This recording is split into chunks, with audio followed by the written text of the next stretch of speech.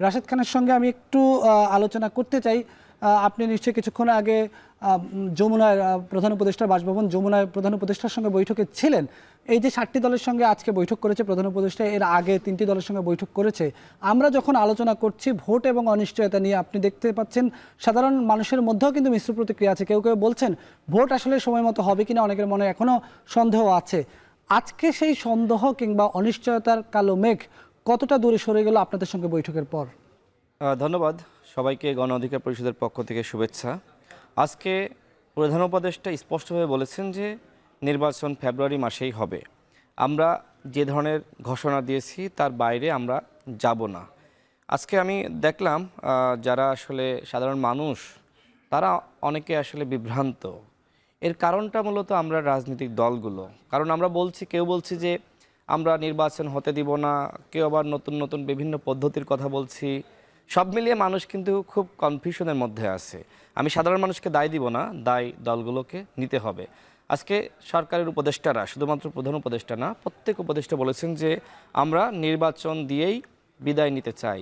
আমি সাধারণ মানুষের বক্তব্য শুনছিলাম। দেখেন, একটা সময় কিন্তু অনেকে বলছিল যে এই সরকারকে আমরা 5 বছর ক্ষমতায় দেখতে চাই। আজকে আমি একজনের মুখ থেকেও এই কথা শুনলাম না। মানুষ কিন্তু বুঝতেছে যে অন্তর্বর্তীকালীন সরকার মানে তাদের পক্ষে আসলে ওইভাবে সব কিছু কন্ট্রোল করা সম্ভবপর নয়, কারণ এই সরকারের কোনো পলিটিক্যাল পার্টি নাই। এই সরকারকে আমরা সবাই মিলে সহযোগিতা করছি। আমরা কতটুকু সহযোগিতা করছি? আমাদের যতটুকু প্রয়োজন। দেখেন, যারা আমরা দলগুলো রয়েছি, আমাদের ভিতরে কেউ কেউ ছিল যে সরকার দীর্ঘমেয়াদী থাকুক। কারাই চিন্তা করেছে? যারা সরকারের আসলে সুবিধাভোগী বা সরকারের কাছ থেকে বিভিন্ন সুবিধা পেয়েছে। কিন্তু প্রকৃতপক্ষে যারা দেশের চিন্তা করে, যারা মানুষের চিন্তা করে, দেশকে একটি জায়গায় নিয়ে যাওয়ার চিন্তা করে, তারা কিন্তু মনে করে যে সংস্কারের গুরুত্বপূর্ণ একটি উপাদান হলো নির্বাচন। সেই নির্বাচনকে দূরে রেখে অনেকে কিন্তু শুধুমাত্র সংস্কারের কথা বলছিল। কিন্তু 1 বছরে আমরা ওই ধরনের দৃশ্যমান কোনো সংস্কার লক্ষ্য করিনি।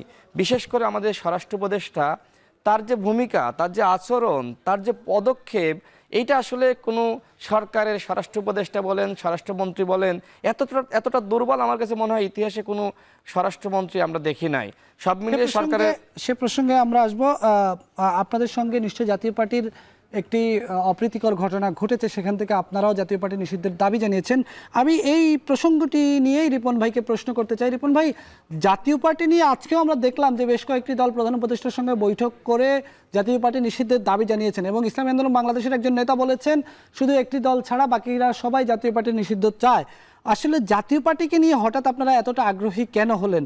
জাতীয় পার্টি তো বিগত আওয়ামী লীগ সরকারের সকল যে নির্বাচনগুলো প্রশ্নবিদ্ধ নির্বাচন, সেই সকল প্রশ্নবিদ্ধ নির্বাচনের সহযোগী ছিল। রিপন ভাই।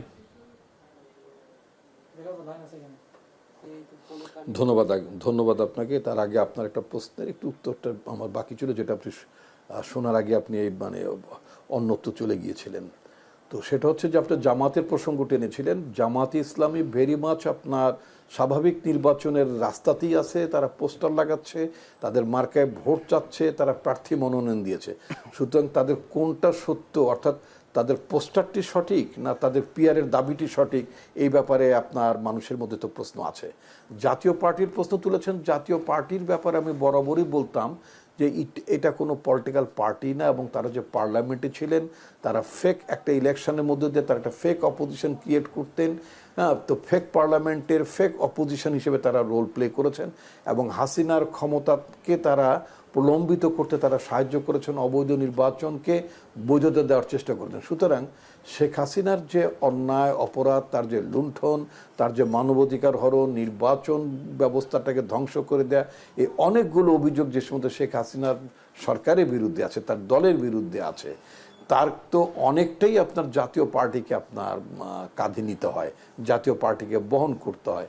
জাতীয় পার্টি তো আপনার এটা একটা পলিটিক্যাল প্রসেসের মধ্য দিয়ে একটা পলিটিক্যাল পার্টি হিসেবে এটা কখনই পরিচালিত হয়নি। আমরা জানি জাতীয় পার্টি কিভাবে, কাদের উদ্দেশ্যে, কাদের স্বার্থে জাতীয় পার্টিটা বাংলাদেশে তৈরি হয়েছিল। 1982 সালের 24শে মার্চে একটা নির্বাচিত সরকারকে আপনার ক্ষমতা থেকে হটিয়ে দেওয়ার পরে, জাস্টিস আব্দুল সাত্তারকে ক্ষমতা থেকে নামিয়ে দেওয়ার পরে এই হোসেন মোহাম্মদ এরশাদ যখন সামরিক শাসন জারি করলেন, একেবারে ইন্ডিয়ান প্যাট্রোনাইজেশনে জাতীয় পার্টি চলেছে। শুধু তাই না, জাতীয় পার্টি নির্বাচনে যাবে কি যাবে না সেটাও কিন্তু বাংলাদেশের অভ্যন্তরে ডিসাইড হতো না, ওটাও ডিসাইড করতো ইন্ডিয়া।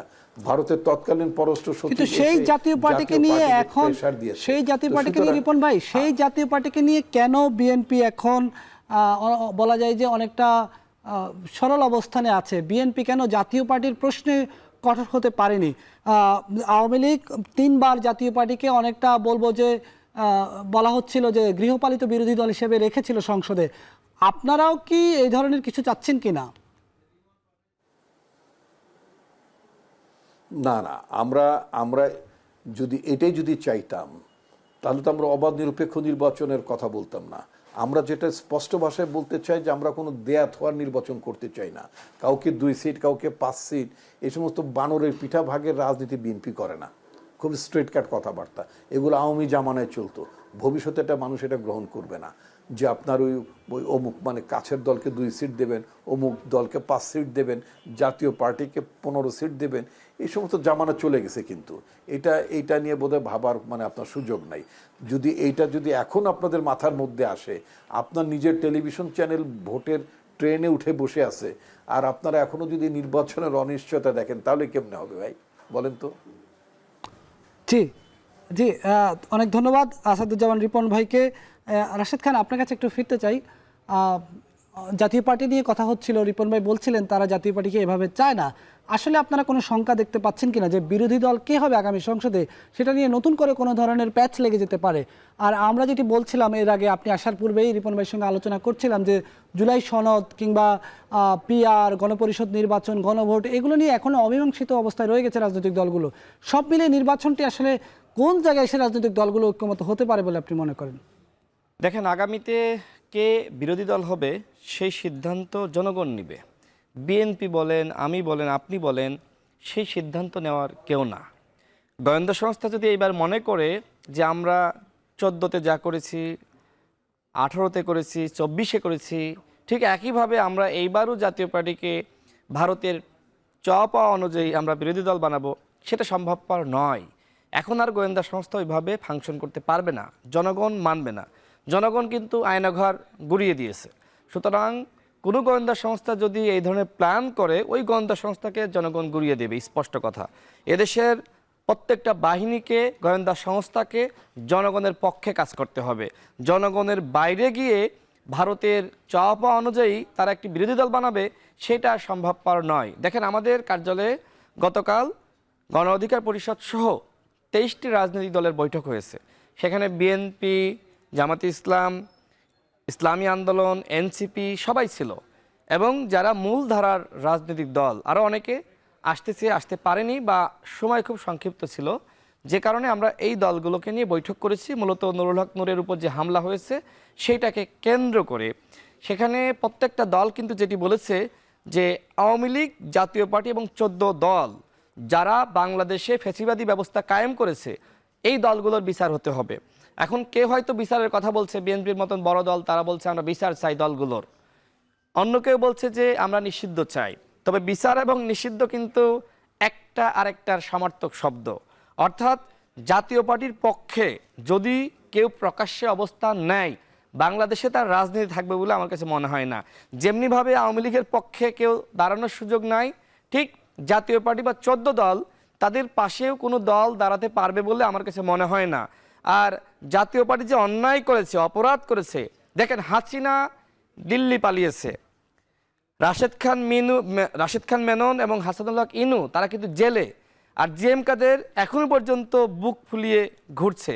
দেখেন, আমাদের কার্যালয়ের সামনে কিন্তু হামলা চালালো সেনাবাহিনীর কতিপয় সদস্য, পুলিশ বাহিনীর কতিপয় সদস্য। যে সময় নুরুল হক নূর আমাদের উপর হামলা করলো, আমাদের কার্যালয়ে ভাঙচুর করলো এবং নানানভাবে আমাদের কর্মীদেরকে আক্রান্ত করলো, রক্তাক্ত করলো, ঠিক একই সময়ে আইনশৃঙ্খলা বাহিনী জিএম কাদেরকে প্রোটেকশন দিয়ে গাড়িতে তুলে দিয়েছে। এর মানে কি? এর মানে আমরা যে বক্তব্যগুলো দিচ্ছি যে জাতীয় পার্টিকে কেন্দ্র করে ভারতীয় পৃষ্ঠপোষকতায় আবারও তাদেরকে বিরোধী দল বানানোর যে চক্রান্ত, সেটার প্রমাণ কিন্তু আমরা ওই দিন পেয়েছি। আমাদের কর্মীদের উপর আঘাত করা হলো। নুরুল হক নূর এই প্রজন্মের তরুণদের মধ্যে অন্যতম জনপ্রিয় নেতা, যিনি এই জুলাই গণ অভ্যুত্থানে অ্যারেস্ট হয়েছিলেন, তার উপরে এইভাবে উপর্যুপরি একের পর আঘাত করা, এইটা যেনতেন ব্যাপার নয়। দেখেন, যখন রিফাইন্ড আওয়ামী লীগ গঠনের একটি চক্রান্ত হয়েছিল, সেইটা যখন ফাঁস হয়ে যায়, তখন কিন্তু অনেকে বিপ্লবীদের উপর খুব নাখোশ হয়েছে। এরপরে যখন ওইটা সাকসেস হয়নি, এখন অনেকের প্ল্যান হলো তাহলে এই জাতীয় পার্টিকে সামনে রেখে আরেক ধরনের প্ল্যান। কিন্তু এই দেশের জনগণ কোনো প্ল্যান সাকসেস হতে দিবে না। এই দেশে কে সরকার হবে, কে বিরোধী দল হবে, কে 10 সিট পাবে, কে সিট পাবে না, সেই সিদ্ধান্ত নিবে দেশের জনগণ। জনগণের বাইরে গিয়ে যে সিদ্ধান্ত নিতে আসবে তার অবস্থা কিন্তু হাসিনার মতো হবে। আমাদের খুব দুঃখ লাগে যে আমরা এখনো পর্যন্ত আসলে হাসিনাকে দিল্লি পাঠাতে পেরেছি, কিন্তু আওয়ামী ফেসিবাদ এখনো পর্যন্ত আমরা জিয়ে রেখেছি, এবং এর জন্য এই সরকারকে দায়ী নিতে হবে। দেখেন, আজকে মাননীয় প্রধান উপদেষ্টার সাথে বৈঠক হয়েছে, সেখানে আমাদের সাথে দুটি বৈঠক, একটি গণ অধিকার পরিষদের সাথে আলাদাভাবে, আর একটি 8টা দলের সাথে। আমরা যে আলাদা বৈঠক হয়েছে সেখানে স্পষ্টভাবে বলেছি যে আওয়ামী লীগ যে অপরাধ করেছে একই ধরনের অপরাধ জিএম কাদের জাতীয় পার্টি করেছে। সুতরাং যদি এই আওয়ামী লীগের সাংগঠনিক কার্যক্রম নিষিদ্ধ হয়, তাদের নেত্রী দিল্লি পালায়, তাদের মন্ত্রীরা এমপিরা কেউ কেউ গ্রেপ্তার হয়, তাহলে কেন এখনো পর্যন্ত জাতীয় পার্টি এবং 14 দলকে নিষিদ্ধ করা হচ্ছে না? কেন জিএম কাদেরকে গ্রেপ্তার করা হচ্ছে না, যার নামে মামলা রয়েছে? আজকে আমরা প্রধান উপদেষ্টাকে স্পষ্টভাবে জানিয়েছি, প্রধান উপদেষ্টা তিনি আমাদের বক্তব্য শুনেছেন। জি, রিপন ভাইয়ের কাছে শেষবারের মতো একটু যেতে চাই। রিপন ভাই, জাতীয় পার্টি নিয়ে আপনি রাশেদ খানের বক্তব্য শুনলেন। আসলে প্রকৃতভাবে বিচার এবং নিষিদ্ধ এই দুইটা জায়গায় যদি আমরা বলি, বিএনপি ঠিক জাতীয় পার্টির ব্যাপারে আপনিও অনেকগুলো নেতিবাচক কথা বললেন। জাতীয় পার্টি গত আওয়ামী লীগ সরকারের দোসর ছিল, জাতীয় পার্টি আওয়ামী লীগ সরকারকে অনেকটা একতরফা নির্বাচন করে তারা কিভাবে আওয়ামী লীগের ক্ষমতাকে প্রাকারোক্ত করা যায় সেই রসদ কিন্তু জাতীয় পার্টি জুগিয়েছে। সেই জায়গায় জাতীয় পার্টিকে আসলে আপনারা আগামী নির্বাচনে একেবারে লাঙ্গল প্রতীক নিয়ে নির্বাচন করতে পারবে এই অবস্থায় দেখতে চান কিনা? আসলে আপনাদের সঠিক অবস্থান কি জাতীয় পার্টি নিয়ে? দেখুন, আমি একটা কথা আমি রাশেদ খানের সাথে একমত, সেটা হচ্ছে যে আপনার যে ইট ইজ পিপুল, জনগণ জাতীয় পার্টির ব্যাপারে ফয়সালা করবে, ঠিক আছে? এখানে যেহেতু জাতীয় পার্টি তো আগেই বলেছি, জাতীয় পার্টি একটা পলিটিক্যাল পার্টি হিসেবে এখন পর্যন্ত এটা ডেভেলপ হয়নি। এটা শেখ হাসিনা আনুকূল্যে গতবার তারা নির্বাচন করেছে, এবং আস্তে আস্তে এটা একটা ক্ষয়িষ্ণু রাজনৈতিক দল। এটার তো কোনো মানে পলিটিক্যাল ফিলসফি নাই। এটা ক্ষমতার মানে হালুয়া রুটির একটা ভাগ বাটোর অংশীদার ছিল এরা, তাই না? তো যাদের পলিটিক্যাল ফিলসফি নেই, নির্দিষ্ট কোনো রাজনৈতিক লক্ষ্য যাদের নাই, যারা অন্য কোনো রাজনৈতিক দলের সহায়তাকারী হিসেবে যারা ভূমিকা পালন করে, সেই রাজনৈতিক দলটাকে আপনারা কেন এত গুরুত্ব দিচ্ছেন? এটাকে তো আমি প্রধানত একটা রাজনৈতিক জাতীয় পার্টির মহাসচিব বলেছে যে জাতীয় পার্টিকে রক্ষার দায়িত্ব বিএনপির প্রতি জাতীয় পার্টি কেন এতটা আশ্বস্ত হলো? এটা মানে মানুষ যখন ডুবতে থাকে তখন খড়কুটা ধরেও মানুষ বাঁচার মানে আকাঙ্ক্ষা ব্যক্ত করে, তাই না? সুতরাং জাতীয় পার্টিকে রক্ষা করার দায়িত্ব আদৌ বিএনপির না, বিএনপি এই দায়িত্ব গ্রহণ করার কোনো কারণে নেই। আমরা যেটা বরং এই জাতীয় পার্টি বারবার গাদ্দারি করে বাংলাদেশের জনগণের গণতান্ত্রিক আন্দোলন সংগ্রামের বিরুদ্ধে অবস্থান নিয়েছে। সুতরাং একটা মানে কি বলে, আওয়ামী লীগের সহযোগী রাজনৈতিক দল, একটা ফ্যাসিস্টের সহযোগী রাজনৈতিক দল হিসেবে সে যে চরিত্রে উন্মোচিত হয়েছে তাকে তো সেই চরিত্রেই থাকতে দিন। তাকে কেন একটা নির্বাচনে অংশগ্রহণকারী দল হিসেবে তাকে নিয়ে কেন এত আলোচনা, এত চর্চা কেন আমরা করছি? এটা তো একটা বাংলাদেশের একটা ফেক পার্লামেন্ট, একটা ফেক অপোজিশন ছিল। এই দলটি এখন হচ্ছে একটা ক্ষয়িষ্ণু রাজনৈতিক দল। এই দলটাকে নিয়ে আমি আলোচনা করতে আমি উৎসাহী নই। জি, ধন্যবাদ জনাব আসাদুজ্জামান রিপন, বিএনপির ভাইস চেয়ারম্যান। সর্বশেষ প্রশ্নে আসতে চাই রাশেদ খান আপনার কাছে। রাশেদ খান, আপনি গত ডাকসু নির্বাচনে নিজেই জিএস পদে প্রতিদ্বন্দ্বিতা করেছিলেন। তো এবার যে ডাকসু নির্বাচন হচ্ছে, এই নির্বাচন যদি সঠিকভাবে না তুলে আনা যায়, এই নির্বাচন যদি কোনো কারণে প্রশ্নবিদ্ধ হয়, এটি কতটা নেতিবাচক প্রভাব ফেলবে আগামী জাতীয় নির্বাচনে? দেখেন, ডাকসু নির্বাচনকে কেন্দ্র করে আমরা দেখতে পাচ্ছি যে বিচার বিভাগের নানান ধরনের অপকৌশল। আমরা অন্তর্বর্তীকালীন সরকারের আমলে এই বিভাগের উপরে আস্থা বিশ্বাসের জায়গাটা তৈরি করতে চাই, যেটি আওয়ামী লীগ পুরোপুরি নষ্ট করেছিল। কিন্তু এক এক সময় তারা এক এক ধরনের রায় দেওয়ার কারণে সেই আস্থার জায়গাটা এখন কিন্তু এক ধরনের ভাটা পড়ছে। সুতরাং ডাকসু নির্বাচন হবে কি হবে না, কারোর প্রার্থিতা বাতিল হবে কি হবে না, সেই সিদ্ধান্ত বিশ্ববিদ্যালয়ের হাতে থাকতে হবে। অন্যথায় যদি এইভাবে আমরা সব কিছু কোর্টে নিয়ে যাই, তাহলে এই হাইকোর্টকে বা আপিল বিভাগকে বা বিচার বিভাগকে কিন্তু বিতর্কিত করা হবে। সুতরাং যারা প্রার্থী হয়েছেন, যদি আপনাদের অন্য কোনো প্রার্থী নিয়ে আপনাদের অভিযোগ থাকে, অনুযোগ থাকে, আপনারা উপাচার্যের কাছে অভিযোগ জানান। দেখেন, 19 সালের ডাকসু নির্বাচন 28 বছর পরে যেটি অনুষ্ঠিত হয়, সেই নির্বাচনে নুরুল হক নূর ভিপি হিসেবে প্রার্থী হন, আমি জিএস হিসেবে প্রার্থী হই। সেই নির্বাচনে ভিপি জিএস সহ আমরা 11টি পদে পাশ করেছিলাম, কিন্তু আমাদের মাত্র 2টা পদে ঘোষণা করা হয়। আমি একমাত্র প্রার্থী হিসেবে, যেহেতু আমার কনফিডেন্স ছিল, আমি কিন্তু ওই সময় সাথে সাথে আমি উপাচার্য বরাবর অভিযোগ দিয়েছিলাম এবং তার প্রেক্ষিতে একটি তদন্ত কমিটি গঠিত হয়। কিন্তু সেই সময় আমি সমাধান পাইনি, যে কারণে গণ অভ্যুত্থানের পরে আমি কিন্তু এই উপাচার্য বরাবর, মানে বর্তমানে যিনি রয়েছেন, তার কাছে অভিযোগপত্র দিয়েছি। জি, রাশেদ খান, তার প্রেক্ষিতে সেই ইতিহাস আমরা জানি। আমি শেষ করি, আমি কেন আসতেছি আপনি বুঝবেন। তার প্রেক্ষিতে তারা একটি তদন্ত কমিটি গঠন করে এবং আমি আশাবাদী আমার এগেনস্টে যাকে জয়ী ঘোষণা করা হয়েছিল তিনি অবৈধভাবে ছাত্রত্ব নিয়ে নির্বাচন করেছিলেন। সুতরাং তার প্রার্থিতা আমি আশাবাদী বাতিল হবে এবং রাশেদ খান যে ডাকসু নির্বাচনে জিএস হিসেবে নির্বাচিত হয়েছিল সেটার প্রমাণ আপনারা শীঘ্রই পাবেন। তার মানে কি? তার মানে আমি কিন্তু কোর্টে যেতে পারতাম, কিন্তু কোর্টে গেলে এইটা অনেক লেন্দি হতো, অনেক সংকট সমস্যা। আমি বিশ্ববিদ্যালয়ের উপরে আস্থা রেখেছি। সুতরাং এই নির্বাচনে যারা প্রার্থী হয়েছেন তাদেরকে বলবো, বিশ্ববিদ্যালয়ের উপর আস্থা রাখুন। গণ অভ্যুত্থানের পরের সরকারে তারা কিন্তু নিয়োগ পেয়েছে।